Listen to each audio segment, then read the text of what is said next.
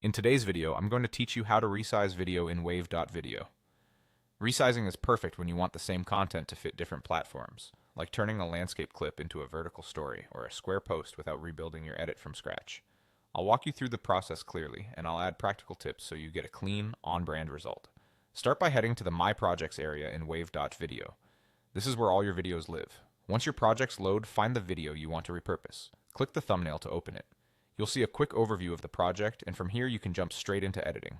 Next, open the editor by selecting Edit Video. This takes you into the main workspace, where you'll see your timeline, canvas, and all the tools you'll need to adjust the look and feel of your content. Nothing we're doing will change the story or duration of your video. We're simply adapting the frame it fits into. Inside the editor, locate the Resize option. It's clearly labeled, and it's designed to swap your aspect ratio in a couple of clicks. Think of it as changing the shape of your frame so it matches where you'll post. Now choose a format. Common options include 16.9 for YouTube and web, 1.1 for Instagram feed posts, and 916 for stories, reels, and shorts. If you're unsure, pick the format that matches your main destination first. You can always return and select another preset to create multiple versions. As you switch formats, keep in mind that different aspect ratios prioritize different areas of the frame.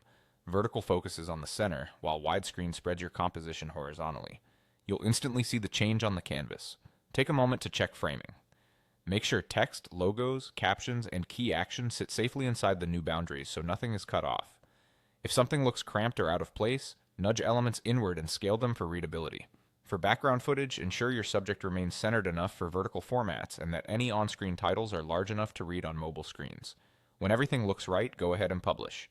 Wave.video will process the project in the new aspect ratio, giving you a version tailored to your chosen platform.